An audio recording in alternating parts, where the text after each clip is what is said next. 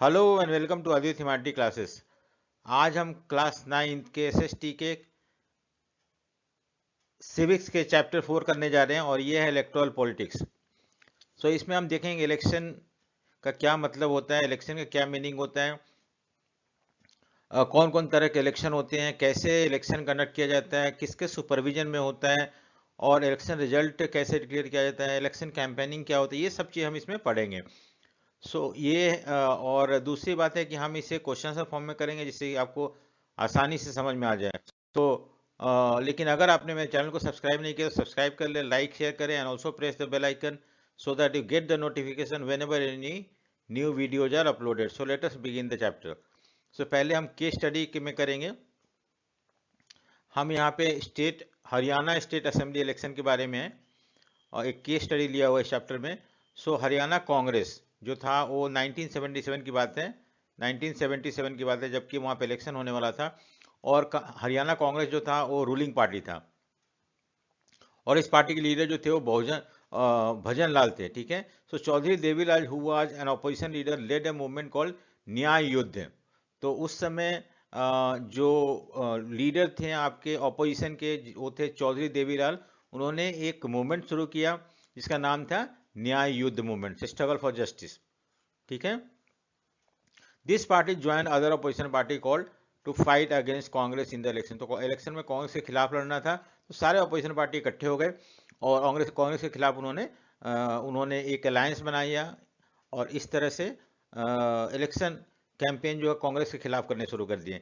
In the election campaign Devilal promise, तो एक बहुत इंपॉर्टेंट प्रोमिस देवीलाल ने किया था इस इलेक्शन में, वो है कि वो फार्मर के लोन को वेव ऑफ कर देंगे, यानी माफ कर देंगे जितने भी फार्मर लोन, और स्मॉल बिजनेसमैन के लोन को माफ कर देंगे अगर वो इलेक्शन जीतते हैं तो।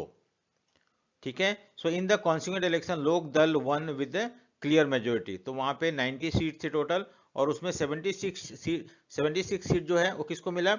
लोक दल को, देवीलाल को मिला। और इस तरह से देवीलाल मेजोरिटी से जीत गए और उन्होंने वहां पे अपना गवर्नमेंट बनाया और खुद प्राइम मिनिस्टर बन गए वहां के।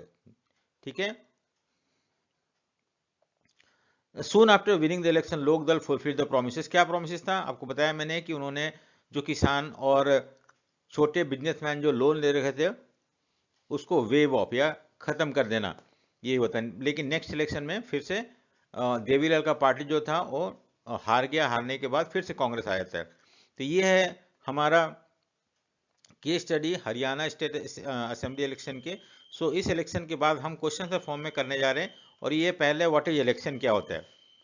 ठीक है। पहले इलेक्शन क्या होता है? सो इलेक्शन क्या है? एक मैकेनिज्म है, एक तरीका है जिसके थ्रू लोग जो हैं अपने रिप्रेजेंटेटिव को चूज करते हैं, अपने मंत्रियों को चूज करते हैं एट द रेगुलर इंटरवल। हम इंडिया में 5 साल में इलेक्शन होता है और अगर उनको लगता है कि जो गवर्नमेंट पावर में है उसको बदल भी सकते हैं इलेक्शन के थ्रू। सो इलेक्शन एक तरीका है जिसके थ्रू लोग अपने रिप्रेजेंटेटिव को चुनते हैं और उनको लगता है कि हाँ उनके जो चुने हुए रिप्रेजेंटेटिव सही से काम नहीं कर रहे हैं तो अगले इलेक्शन में उनको बदल भी सकते हैं। सो यही इलेक्शन है। So why election are required. So election क्यों चाहिए हमें? देखो, थ्रू इलेक्शन वोटर्स जो होते हैं वो मेक मेनी इंपॉर्टेंट चॉइसेस। क्या क्या चॉइस है होता है उनका? Voter choose the leader who will form the government. तो एक तो सबसे पहले कि वोटर जो होते हैं वो लीडर को चूज करते हैं जो कि गवर्नमेंट बनाएंगे। ठीक है। नेक्स्ट है and choose the party who will form the government. सिर्फ लीडर ही नहीं बल्कि पार्टी जो पार्टी सरकार बनाएगा। वो पता है कि कोई भी इलेक्शन था, अगर मान लो जिस हमने देखा था ऊपर हरियाणा असेंबली इलेक्शन में, तो उसमें 90 सीट थे।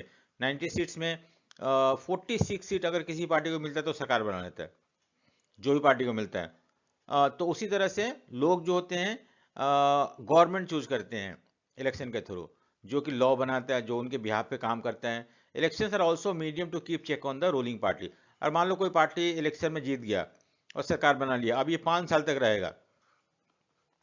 लेकिन अगर मान लो कि कभी ये 5 साल के दौरान ये अच्छे से रूल नहीं कर रहे हैं, लोगों के एक्सपेक्टेशन पे नहीं आ रहे हैं, तो लोग इलेक्शन के थ्रू उन्हें हटा सकते हैं। और ये डर होता है हर पॉलिटिकल पार्टी को जो कि गवर्नमेंट में होता है और इस तरह से वो सही से चलते हैं, सही से काम करते हैं। तो हम बोल सकते हैं कि ये एक तरीका है जिसके थ्रू हम रूलिंग पार्टी, जो पार्टी सरकार में, उसको चेक किया जाता है। ठीक है।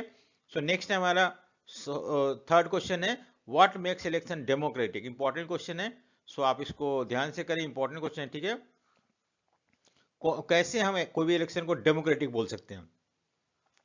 देखो, डेमोक्रेटिक मतलब जब सबको राइट मिले, everybody should get right to vote based upon universal adult franchise, यानी कि 18 ईयर और एबव जो भी है इंडिया में उनको राइट टू वोट है, उसको बोलते हैं यूनिवर्सल एडल्ट फ्रेंचाइज। तो अगर कोई भी कंट्री में जो इलेक्शन हो रहा है उसमें हर आदमी को, हर आदमी मतलब बच्चों को नहीं, लेकिन जो लोग भी 18 या उससे ऊपर है उनको राइट टू वोट है, तो उस इलेक्शन को हम डेमोक्रेटिक बोलते हैं in fact. Political parties and candidate should have free to contest election. अब ये नहीं कि किसी पॉलिटिकल पार्टी पे पाबंदी हो कि आप कंटेस्ट नहीं कर सकते हो, कोई भी अगर इलेक्शन में खड़ा होना चाहता है तो उसके ऊपर पाबंदी है, तो उसको हम डेमोक्रेट नहीं बोलते हैं। सो पॉलिटिकल पार्टी और कैंडिडेट को free, they can contest election freely, और वोटर्स अपना वोट फ्री मैनर में दे सके, जिसको चाहे उसको वोट दे सके। तो ऐसे ऐसे इलेक्शन को हम डेमोक्रेटिक बोलते हैं, ठीक है। So election should be held regularly after every few year. India में 5 साल में एक बार इलेक्शन होता है, तो हर 5 साल में अगर इंडिया में इलेक्शन होता है तो हम इलेक्शन को डेमोक्रेटिक बोल सकते हैं। तो ये भी एक फीचर है। The candidate preferred by people, वही शुड गेट इलेक्टेड, जो लोग, जिसको लोग चाहते हैं वही जीते। अगर ऐसा होता है तो हम उसको बोलते हैं democratic election. Election should B contested if conducted in free and fair manner. दूसरी बात है कि इसमें किसी भी तरह का ब्राइब नहीं होना चाहिए, क्रिमिनल एक्टिविटी नहीं होनी चाहिए, बूथ कैप्चरिंग नहीं होना चाहिए। और अगर ये सब चीज को हम इलेक्शन से दूर रखते हैं तो हम उस इलेक्शन को बोलते हैं फ्री एंड फेयर मैनर। तो ये भी एक डेमोक्रेटिक इलेक्शन का फीचर है कि election should be conducted in free and fair manner, ठीक है। सो नेक्स्ट क्वेश्चन है, what are right a merits and demerits of electoral competition. आपको पता है कि इलेक्शन क्या है? एक्चुअली पॉलिटिकल पार्टी के बीच में कॉम्पिटिशन होता है और जो जीतता है वो सरकार बनाता है, ठीक है। सो अगर आपको वीडियो पसंद है तो लाइक शेयर एंड सब्सक्राइब जरूर करें, ठीक है। सो नेक्स्ट हम देखते हैं मेरिट्स क्या है इसका। मेरिट्स में पहला मेरिट्स है पीपल विल हैव चॉइस। देखो, अगर इलेक्शन नहीं होगा तो लोग दूसरी, देखो इलेक्शन अगर मान लो कि merits and electoral competition, competition मतलब बहुत सारे पार्टी इलेक्शन लड़ रहे हैं, ठीक है। सो लोगों के पास चॉइस होना जरूरी है, ये एक फायदा है कि लोगों के पास ऑप्शन है। अब चाइना में क्या है कि एक ही पार्टी है, लोगों के पास ऑप्शन नहीं है, तो हम उसको डेमोक्रेटिक इलेक्शन नहीं बोल सकते हैं, ठीक है। Parties will form good opposition. अगर मान लो जो पार्टी जीतता है वो सरकार बनाता है, और जो पार्टी हार जाता है या उसको एनफ सफिशियंट या मेजोरिटी सीट नहीं मिलता वो ऑपोजिशन बन जाते हैं, ठीक है। They will keep check on the working of the government. They मतलब यहाँ पे कौन है? Opposition party. जो पार्टी सरकार नहीं बना पाता है वो गवर्नमेंट को के वर्किंग को चेक करता है कि गवर्नमेंट अपने पावर को मिसयूज तो नहीं कर रहा है, अगर करता है तो इस चीज को पब्लिक तक लेके आता है, और इस तरह से गवर्नमेंट सही से काम करता है। दूसरी बात, sensible law will be made. देखो, बहुत सारे पॉलिटिकल पार्टी हैं और कोई भी लॉ जो होता है वो डिस्कस किया जाता है। लॉ डिस्कस करने के बाद लॉ डिबेट होता है पार्लियामेंट में और तब पास होता है। तो इस तरह से हम देखते हैं कि आफ्टर डिबेट एंड डिस्कशन कोई भी लॉ अगर पास होता है तो सेंसिबल लॉ होता है, ठीक है। और नेक्स्ट है people will be motivated to serve the citizen, ठीक है।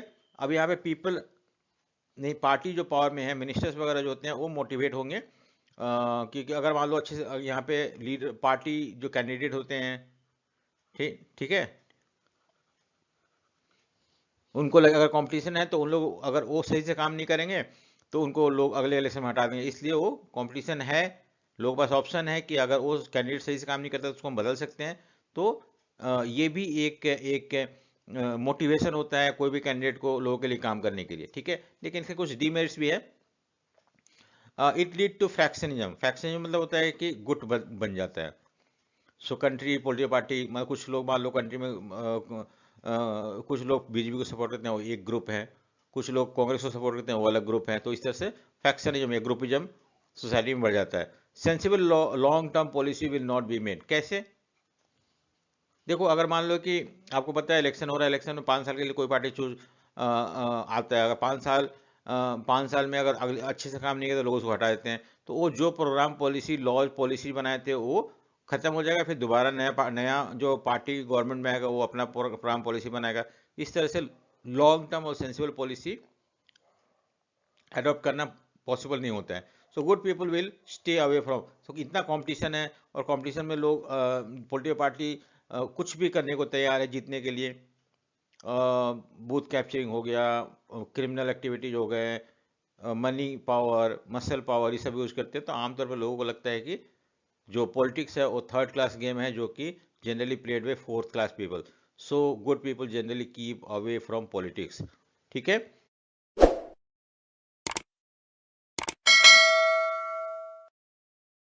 अब आता है नेक्स्ट क्वेश्चन है, why does the constitution make us choose a system of free election despite of its merits.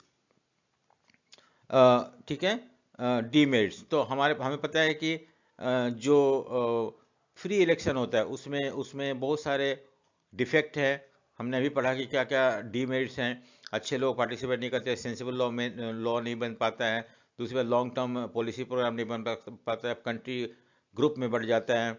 ये सब दिक्कतें हैं. फिर भी हमारे कॉन्स्टिट्यूशन मेकर ने इंडिया में system of free election adopt किया था. ठीक है, ऐसा क्यों किया था? देखो, constitution maker choose the system of free and fair election despite because long term competition keep the leader motivated. आपको पता है कि कंपटीशन है, कंपटीशन की वजह से लीडरों को लगता है कि अगर वो सही से काम नहीं करेंगे तो उनको लोग बदल देंगे, तो इसलिए वो मोटिवेटेड रहते हैं, हमेशा लोगों के लिए काम करते हैं. So if the leaders will not look after the need of the people, then the citizen can remove them. कब हटाएंगे? नेक्स्ट इलेक्शन में. क्योंकि हमारे यहाँ रिकॉल का सिस्टम नहीं है. अगर हम जिसको चुन के भेज दिए, अगर वो अच्छा से काम करता है या नहीं करता उसके मर्जी के ऊपर है. ही और she can not be remove before completion of his tenure. उसका टेन्यूर जब तक पूरा नहीं होता 5 साल तब तक नहीं. लेकिन हाँ, अगले इलेक्शन में हटा सकते हैं. ये डर जो है लीडरों को मोटिवेट रखता है, लीडरों को मोटिवेट रखता है जिससे कि वो लोगों के बेटरमेंट के लिए काम कर सके, लोगों के लिए भलाई के लिए काम कर सके. ठीक है, नेक्स्ट है broadly describe the type of election. आपको पता है कि बहुत तरह के इलेक्शन होते हैं. 3 लेवल पे इलेक्शन होते हैं, लोकल लेवल पे, स्टेट लेवल पे और यूनियन सेंट्रल लेवल पे. सो लोकल लेवल पे आपको पता है कि हमारे यहाँ इलेक्शन है म्युनिसिपल कॉर्पोरेशन, इसको हम अर्बन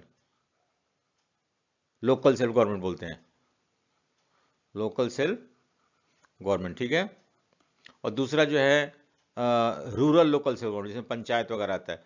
म्युनिसिपल कॉर्पोरेशन या म्युनिसिपैलिटी जो होता है अर्बन सेंटर में होते हैं. पंचायत समिति और जिला परिषद जो होता है वो आपका urban rural local self government है. रूरल मतलब गांव का लोकल सेल्फ गवर्नमेंट. ठीक है, ये पहला इलेक्शन है, इसका भी इलेक्शन होता है 5 साल में. फिर स्टेट इलेक्शन होता है जिसको हम election for the legislative assembly. करीब करीब सारे स्टेट में लेजिस्लेटिव असेंबली है और उन लेजिस्लेटिव असेंबली के मेंबर को चुनने के लिए इलेक्शन होता है स्टेट में, उसको स्टेट इलेक्शन लेवल बोलते हैं. और नेशनल लेवल में क्या होता है, लोकसभा के मेंबर को चुनने के लिए इलेक्शन होता है जहाँ पे प्राइम मिनिस्टर चुना जाता है. तो ये 3 लेवल पे इलेक्शन होता है. फिर हमारे पास 2 टाइप ऑफ इलेक्शन है, 3 टाइप ऑफ इनफैक्ट है.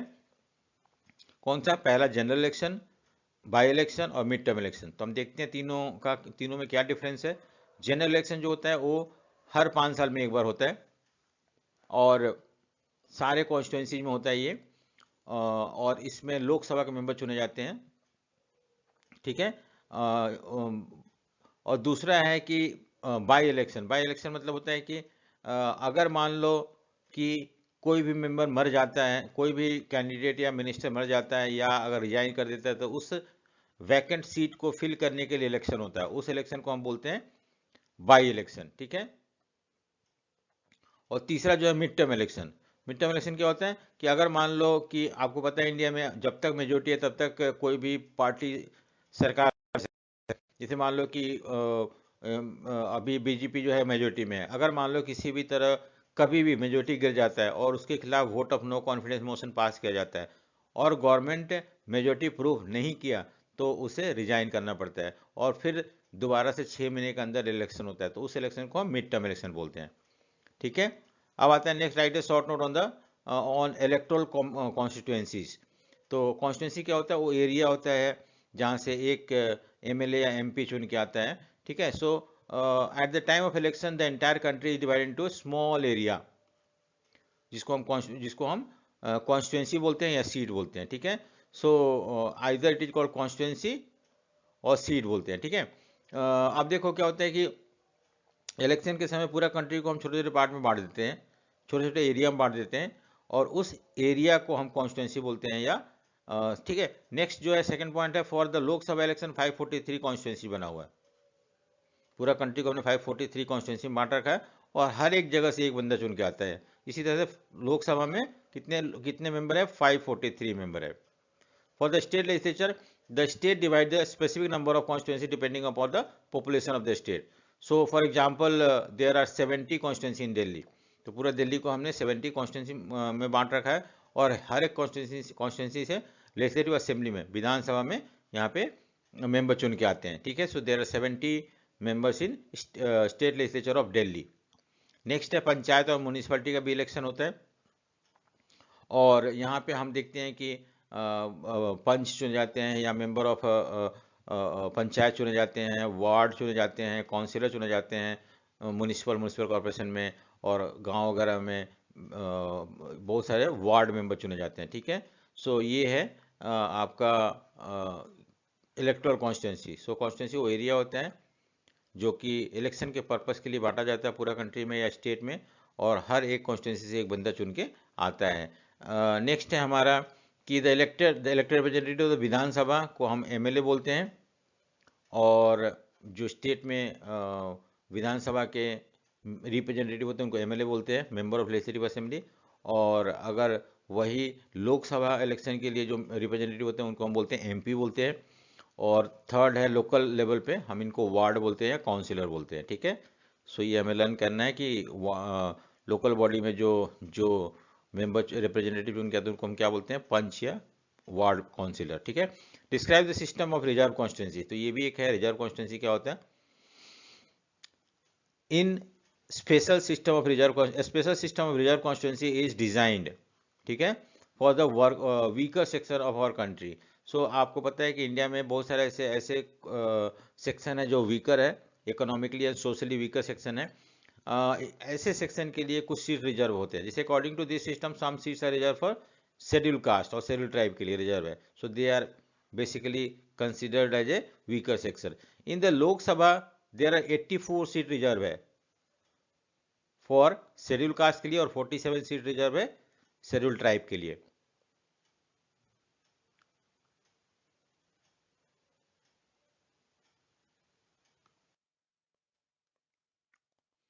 This system of reservation was extended to other weaker section, women के लिए भी रिजर्व किया हुआ है डिस्ट्रिक्ट में, लोकल लेवल में, ठीक है। सो अर्बन लोकल बॉडी में भी हमें देखते हैं कि वेमेन के लिए रिजर्वेशन है, वीकर सेक्शन के लिए रिजर्वेशन है। सो इस तरह से रिजर्व कॉन्स्टिट्यूंसी जो होते हैं वो स्पेशली कुछ कॉन्स्टिट्यूंसी को रिजर्व कर दिया गया है, और वहाँ पे जिसके लिए रिजर्व है वही कंटेस्ट कर सकते हैं। जैसे मान लो कोई भी कॉन्स्टिट्यूंसी वुमेन के लिए रिजर्व है तो only women candidate can contest selection in that constituency। तो इस तरह यही मतलब होता है रिजर्व कॉन्स्टिट्यूंसी, ठीक है। नेक्स्ट आता है what is voter list and how voter list is generated in our country, ठीक है। नेक्स्ट क्वेश्चन है वोटर लिस्ट क्या होता है। So a list of people who are eligible to vote, ऐसा एक लिस्ट जिसमें वो लोगों का नाम होता है जिनको राइट टू वोट दिया हुआ है, तो this is called voter list और इलेक्टोरल लिस्ट, ठीक है। क्राइटेरिया क्या होता है प्रिपेयर करने का लिए, एक तो है कि 18 साल से ऊपर जो भी है ना उनका नाम वोटर लिस्ट में होता है, क्योंकि they have been given right to vote. So adult has the right to vote, vote that is UAF, universal adult franchise. So चाहे वो कोई भी कास्ट का जेंडर मिला हुआ है। ओनली दोज कैंडिडेट जिसका क्रिमिनल रिकॉर्ड है या पागल है, अनसाउंड है, माइंड है, ऐसे लोगों को वोटर लिस्ट में जगह नहीं मिलता है। तो voter list get updated every 5 year, हर 5 साल में इसको अपडेट करते हैं। जो लोग मर जाते हैं उनका नाम को डिलीट कर देते हैं, और जो लोग 18 साल के हो जाते हैं उनका नाम को उसमें ऐड कर दिया जाता है, ठीक है। सो ठीक है, तो इस तरह से वोटर लिस्ट को अपडेट किया जाता है टाइम टू टाइम। नेक्स्ट है explain the criteria for nomination of candidate for election. तो इलेक्शन में जो लोग कैंडिडेट खड़े होते हैं वो कैसे नॉमिनेट किए जाते हैं। देखो criteria for nomination of candidate for the election are as such there are no restriction on the anyone can contest election. So हमारे यहाँ कोई भी कैंडिडेट इलेक्शन में खड़ा हो सकता है, कोई भी पार्टी किसी को भी इलेक्शन में खड़ा कर सकता है, किसी भी तरह का रेस्ट्रिक्शन नहीं है, ठीक है। लेकिन all those who are eligible to vote are also eligible to contest election, जो लोग भी वोट के लिए एलिजिबल है वो इलेक्शन कंटेस्ट कर सकता है, लेकिन एज डिफरेंस है। कंटेस्ट करने के लिए आपको 25 चाहिए और वोट देने के लिए आपको 18 चाहिए, ये बस डिफरेंस है, बाकी कोई डिफरेंस नहीं है। For election political party nominate their candidate and give them there party ticket. आमतौर पर हर पोलिटिकल पार्टी, जैसे मान लो कि बीजेपी केशवपुरम से कैंडिडेट को खड़ा करता है, कांग्रेस अपना कैंडिडेट खड़ा करता है, तो इस तरह से पोलिटिकल पार्टी की जिम्मेदारी है कि अपना कैंडिडेट खड़ा करना इलेक्शन में किसी भी पर्टिकुलर कॉन्स्टिट्यूंसी के लिए। For contesting election the eligible age is 25, जो मैंने अभी बताया। So as per the guidance of the supreme court of India candidate must disclose the following. क्या? एक तो उनका क्वालिफिकेशन, एजुकेशन क्वालिफिकेशन डिस्क्लोज करना है, बताना है, ये नहीं कि यही इसके बेसिस पे उनको टिकट मिलता है। एसेट्स एंड लायबिलिटी, उनको कितना एसेट्स है या कितना उनके पास कर्जा है, ये सारे बताना पड़ता है। और क्रिमिनल केसेस पेंडिंग है तो इवन दैट ऑल्सो ही और सी नीड टू रिवील। तो ये कि लोग जाने कि हाँ क्या है, ठीक है। सो वाई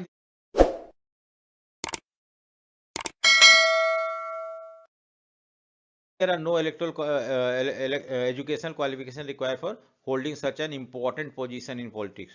तो देखो कोई भी जो जो मिनिस्टर्स होते हैं या कैंडिडेट होते हैं उनके लिए कोई भी एजुकेशन क्वालिफिकेशन नहीं है। अनपढ़ भी इलेक्शन में खड़ा हो सकता है, जीत सकता है और can be A part of government. ठीक है, क्यों नहीं है ऐसा? आपको पता है इंडिया में education qualification is not relevant to all kind of job. The relevant qualification for being MLA, MLA बनने के लिए, एमपी बनने के लिए क्या चाहिए आपको? एमएलए और एमपी बनने के लिए हम देखते हैं कि ability to understand people problem, लोगों का प्रॉब्लम समझने की आपके अंदर शक्ति होना चाहिए, क्योंकि आप वहां पे जा रहे हो चुन के लोगों के प्रॉब्लम को सॉल्व करने के लिए। अगर वो हुनर है आप में तो कोई जरूरी नहीं है क्वालिफिकेशन हो या ना हो। It should be left to the people to decide how much importance they want to give to the education qualification। अगर मान लो लोगों को लगता है, क्योंकि हम सुप्रीम कोर्ट ने ये बोल रखा है कि आपको अपना एजुकेशन क्वालिफिकेशन डिक्लेयर करना है, और लोग लोग उसको जान सकते हैं कि आपका एजुकेशन क्वालिफिकेशन क्या है। अब आप लोगों के ऊपर डिपेंड करता है वो क्या डिसाइड करते हैं। अगर उनको एजुकेशन क्वालिफिकेशन ज़्यादा इंपॉर्टेंस देना है तो ऐसे लोगों को चुने जो पढ़े लिखे हैं। उनको ऐसे लोगों को चुनना है जो उनकी समस्याओं को समझ सके, तो वो चुने उनको, चाहे वो पढ़े लिखे हो या ना हो। ठीक है। इन और कंट्री पुटिंग एजुकेशन क्वालिफिकेशन, मान लो हमारे यहाँ हम क्राइटेरिया लगाते हैं जो लोग पढ़े लिखे हैं वही इलेक्शन लड़ सकते हैं, तो ये तो हमारा स्पिरिट ऑफ डेमोक्रेसी के खिलाफ हो जाएगा। क्योंकि जो गरीब लोग हैं, बहुत सारे लोग गरीब हैं इंडिया में, बहुत सारे लोग गरीब आई मीन पढ़े लिखे नहीं हैं, तो ये लोग तो पहले ही इलेक्शन कंटेस्ट करने नहीं कर पाएंगे। तो इस तरह से हम तो बहुत सारे लोगों को पहले ही बाहर निकाल देंगे, और ऐसा करेंगे तो इंडिया कैसे डेमोक्रेटिक कहला सकेगा, जबकि 30-40% लोगों को we keep away just because they are educated. So it ये बोलना फिर गलत होगा कि इंडिया में डेमोक्रेसी है। तो इसलिए हमने एजुकेशन क्वालिफिकेशन को या पॉवर्टी को, इलिटरेसी को क्राइटेरिया नहीं रखा है इलेक्शन में कंटेस्ट करने के लिए। ठीक है। So what are the relevance of election campaign? Campaign मतलब होता है प्रचार करना। इलेक्शन होने से पहले हर पॉलिटिकल पार्टी अपना प्रचार करता है, पॉलिसी प्रोग्राम को लोगों के सामने रखता है, मैनिफेस्टो को, और इस तरह से ये बताता है कि अगर आप लोग हमें चुनेंगे तो हम आपको ये सारे वादे पूरे करेंगे। सो सारे वादे जो होते हैं इलेक्शन कैंपेनिंग के थ्रू किया जाता है। ठीक है। नेक्स्ट है explain the procedure for the election campaign. तो क्या तरीका अपनाया जाता है? Election campaign take place 2 week, याद रखना 2 वीक इलेक्शन अनाउंसमेंट। जैसे मान लो कि इलेक्शन 15 को है तो आपको 1 के बाद आप शुरू कर सकते हो। तो 2 वीक टाइम मिलता है आपको इलेक्शन कैंपेनिंग के लिए। The date of announcement of the final list of the candidate and the date of polling. ठीक है। पोलिंग में तो इलेक्शन का जो डेट अनाउंस था उसे 2 हफ्ता पहले आप कैंपेनिंग शुरू कर सकते हो, प्रचार करना शुरू कर सकते हो। During the election campaign candidate can contact their voters and try to attract them. तो इसमें क्या करते हैं लोग, अपने प्रोग्राम पॉलिसी के थ्रू लोगों को अपने तरफ अट्रैक्ट करते हैं और उनको बोलते हैं, रिक्वेस्ट करते हैं कि वोट दें उन्हें। So they use slogan to attract the people. For example BJP का क्या स्लोगन था? अच्छे दिन आएंगे, और इसके थ्रू लोगों को बीजेपी ने अपनी तरफ अट्रैक्ट करने की कोशिश करी। ठीक है। सो नेक्स्ट है what are the restriction on political, what are the restriction on political parties during election process.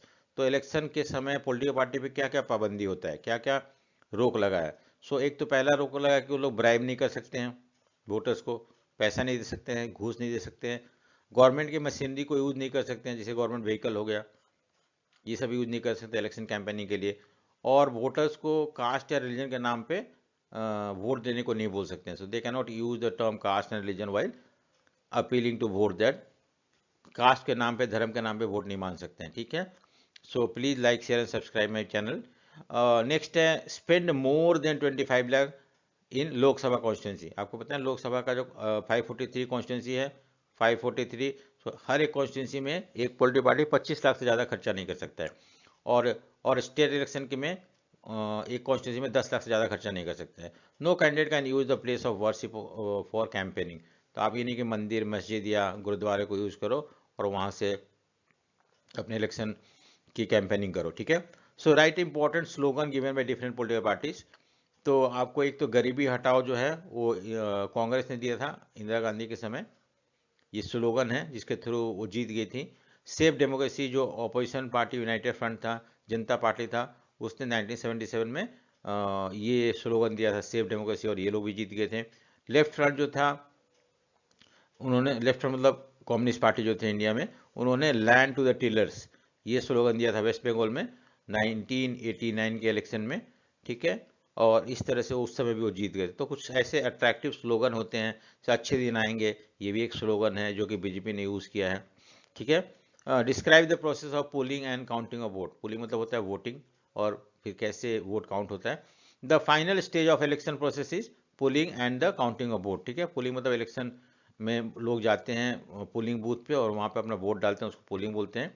और फिर उसके बाद वोट काउंट होता है और रिजल्ट डिक्लेयर होता है, ठीक है। इसके लिए स्कूल्स वगैरह, ऑफिसेस वगैरह, कॉलेज वगैरह को कन्वर्ट कर दिया जाता है पोलिंग बूथ में। बूथ मतलब वो प्लेस जहाँ पे जाकर हम वोट देते हैं। The voters get inside the, जाते हैं वहाँ पे ऑफिशियल वेरीफाई करते हैं उनका आइडेंटिटी को, और फिर उनके फिंगर पे मार्क लगाते हैं और बोलते हैं वोट देने के लिए। To ensure free and fair voting agents of each party. तो जो जो कमरा होता है जहाँ पे कि वो जाके एंटर करके यहाँ पे मान लो वोट देते हैं, तो यहाँ पे हर पार्टी के कैंडिडेट होते हैं जो कि ये इंश्योर करते हैं कि कोई गलत तरीका तो फॉलो नहीं किया जा रहा। Earlier the voting was done manually. पहले हम जाके बैलेट पेपर होता था, उसमें एक हमें एक पेज मिलता था, उसमें हर कैंडिडेट का सिंबल और नाम होता था, और हम उस पर टिक करते थे, टिक करके सील लगाते, आई मीन सील लगाते थे, और देन फोल्ड करके उसमें डाल देते थे। उसको मैनुअली बोलते हैं। लेकिन आज ईवीएम आ गया है। ईवीएम का फुल फॉर्म है इलेक्ट्रॉनिक वोटिंग मशीन, और हम उस पर जाकर बटन प्रेस करते हैं, इस तरह से हमारा रिकॉर्ड होता है हम किसको वोट दिए। EVM are seal and open at the fix place when the counting of votes are done. तो जब इलेक्शन के बाद ईवीएम को सील कर दिया जाता है, फिर वहीं खोला जाता है जहाँ पे उसे काउंटिंग किया जाता है, ठीक है। The agent of the candidates are present at the time of counting. तो हर कैंडिडेट के एजेंट वहाँ प्रेजेंट होते हैं, और उन लोगों उनको उनकी आंखों के सामने खुलता है ईवीएम का, इलेक्ट्रॉनिक वोटिंग मशीन का बटन, और देन उसका काउंटिंग होता है। So with in the few hours result declare कर दिया जाता है, और इस तरह से जो पार्टी जीतता है वो सरकार बनाता है, ठीक है। नेक्स्ट है what are the various malpractice followed in election. कौन कौन तरह के गलत तरीके फॉलो किए जाते हैं इलेक्शन में। एक तो ब्राइबिंग ऑफ वोटर्स, ये तो वोटर्स को पैसा देकर उनको बोला जाता है वोट देने के लिए। गवर्नमेंट मशीनरी, जैसे बिल्डिंग हो गया, गवर्नमेंट ऑफिसेस हो गए, ऑफिशियल्स हो गए, उनको यूज़ करके इलेक्शन में जीतने की कोशिश करता है आमतौर पे जो पार्टी रूलिंग पार्टी होता है। तो इसको भी बैन किया गया है। ज़्यादा मनी आप यूज़ नहीं कर सकते हो, मनी, ठीक है, रिच कैंडिडेट के द्वारा। सो ये भी चेक किया जाता है। थ्रेटनिंग टू द वोटर्स, कभी कभी क्या होता है, वोटर्स को हम धमकी देते हैं कि आप हमें वोट नहीं दोगे तो दिक्कत हो जाएगा बाद में। तो ये सब चीज़ को भी मना कर दिया गया है। ऑन पोलिंग डेट, तो वोटर्स को एक तरह से भड़काना, ये सब भी किया जाता है। इंक्लूजन ऑफ फॉल्स नेम, कभी कभी हम नया गलत नाम इंक्लूड करवा देते हैं, और जो रियल नेम है, ओरिजिनल नेम, उसको हटा देते हैं। ये सब भी माल प्रैक्टिस या गलत तरीके फॉलो किए जाते हैं इलेक्शन के दिन। What makes election democratic in our country. तो हम इंडिया में कैसे हम इलेक्शन को डेमोक्रेटिक बना सकते हैं, या how can free and fair election B conducted in India, ठीक है। सो हम इसके लिए कुछ पॉइंट हैं, उसके सब पॉइंट भी है। पहला पॉइंट है इंडिपेंडेंट इलेक्शन कमीशन, ठीक है। हमारे यहाँ इंडिपेंडेंट इलेक्शन कमीशन है, और इसके देख रेख में इंडिया में इलेक्शन होता है, ठीक है। So in our country election commission are conducted by elections are conducted by independent body, powerful election commission, उसको बोलते हैं इलेक्शन कमीशन। यही इलेक्शन को कंडक्ट करवाता है हमारे कंट्री में, ठीक है। इलेक्शन इंडिपेंडेंट बॉडी है, जैसे जुडिशरी इंडिपेंडेंट, किसी के दबाव में काम नहीं करता है, उसी तरह से इलेक्शन कमीशन भी किसी के दबाव में काम नहीं करता है। The chief election commissioner is by president. आमतौर पे गवर्नमेंट चुनता है, प्रेसिडेंट मतलब गवर्नमेंट हो गया एक तरह से यहाँ पे, वो चुनते हैं for the term of 6 year के लिए, ठीक है। याद रखना कितने साल के लिए होता है। बट एक बार अपॉइंट होता है ना, तो जो होता है वो प्रेसिडेंट को आंसरेबल नहीं है, ठीक है। सो इस तरह से वो अपना इंडिपेंडेंट वे में काम कर सकता है। अगर आंसरेबल होता तो फिर उनके दबाव में काम करना पड़ता। तो ये चीज़ हमने ऐसे प्रोविजन ला रखे हैं कॉन्स्टिट्यूशन में, जैसे कि इलेक्शन कमीशन जो है बिना कोई भी पॉलिटिकल पार्टी के या पार्टी जो पावर में है उसके दबाव में काम ना करे।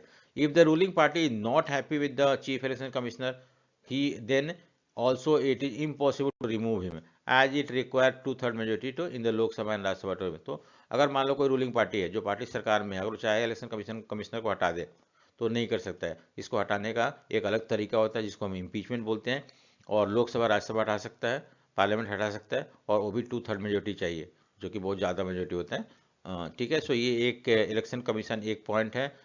इसके एस्टेब्लिशमेंट के बाद इंडिया में फ्री एंड फेयर इलेक्शन कराया जाता है। ठीक है, पॉपुलर पार्टिसिपेशन, देखो there are another method to check कि क्या लोग पार्टिसिपेट कर रहे हैं कि नहीं कर रहे हैं। हाँ, कि कोई इलेक्शन फेयर है कि नहीं, ये चेक करने के लिए हम देखते हैं पीपल्स पार्टिसिपेशन के थ्रू। ठीक है, पीपल पार्टिसिपेशन को मेजर किया जाता है वोटर्स टर्नआउट, मतलब कितने लोग, जैसे मान लो 100 वोटर्स हैं कोई भी कॉन्स्टिट्यूंसी में, इसमें अगर 30 लोग आए वोट देने के लिए तो 30% हो सकता है, 60 लोग आए तो 60%, और कितने लोग वोट देने आए आउट ऑफ टोटल वोट में, उसको बोलते हैं टर्नआउट बोलते हैं। ठीक है, जो कि पहले के मुकाबले अब इंक्रीज होते जा रहा है। In India poor, illiterate and under privilege people vote more than the rich people. India में एक ऐसा ट्रेंड है कि जो गरीब लोग होते हैं, अनपढ़ लोग होते हैं, या जो बहुत अंडर प्रिविलेज हैं, ऐसे लोग ज़्यादा वोट देते हैं। रिच लोग जो है, लिटरेट लोग जो होते हैं, कम वोट देते हैं। और कॉमन पीपल पार्टिसिपेट मोर, तो वही हमने ऊपर बताया कि कॉमन पीपल इसमें ज़्यादा भाग लेते हैं, और ये भी जितना ज़्यादा लोग भाग लेंगे वो रिजल्ट जो है वो डेमोक्रेटिक होगा। नेक्स्ट है acceptance of outcome. So ruling party तो खैर एक्सेप्ट करेगा क्योंकि वो जीत गया है, इवन ऑपोजिशन पार्टी भी उसको एक्सेप्ट कर लेते हैं। If the elections are not free and fair then the political party will never accept the election outcome and the ruling party will never lose. तो अगर मान लो गलत तरीका इस्तेमाल कर रहा है जो पार्टी पावर में है, तो कभी हारेगा नहीं। तो इस तरह से हमारे यहाँ ऐसा है कि जो भी आउटकम हो वो ऑपोजिशन पार्टी एक्सेप्ट करता है, अगर जीत गया तो भी एक्सेप्ट करता है, हार गया तो भी एक्सेप्ट करता है। और इस तरह से ये एक्सेप्ट इसलिए करते हैं क्योंकि उन्हें पता है कि जो इलेक्शन इंडिया में हो रहा है वो फ्री एंड फेयर है। ठीक है, अब नेक्स्ट क्वेश्चन आता है, व्हाट आर द लिमिटेशन और challenges to free and fair election. क्या क्या दिक्कतें आती हैं free and fair election conduct करवाने में। Party often indulge in dirty political tricks play करते हैं जीतने के लिए political party. Candidate and parties with lot of money enjoy big unfair advantage. तो जिसको ज़्यादा पैसा होता है, क्रिमिनल कैंडिडेट होते हैं, उन लोगों को ज़्यादा चांसेस होता है जीतने के लिए, क्योंकि पैसा खर्चा करके लोगों को वोट को अपनी तरफ खींचते हैं। कुछ फैमिली जो होता है वो डोमिनेट करते हैं, जैसे कि लालू प्रसाद यादव हो गए, मुलायम सिंह यादव हो गए, इस तरह से कुछ राहुल गांधी हो गए, गांधी फैमिली। सो ये इन लोग डोमिनेट करते हैं पॉलिटिकल सिस्टम को। क्या आपको लगता है कि इनके अलावा और कोई लीडर नहीं है जो इंडिया को कांग्रेस की तरफ से रिप्रेजेंट कर सके?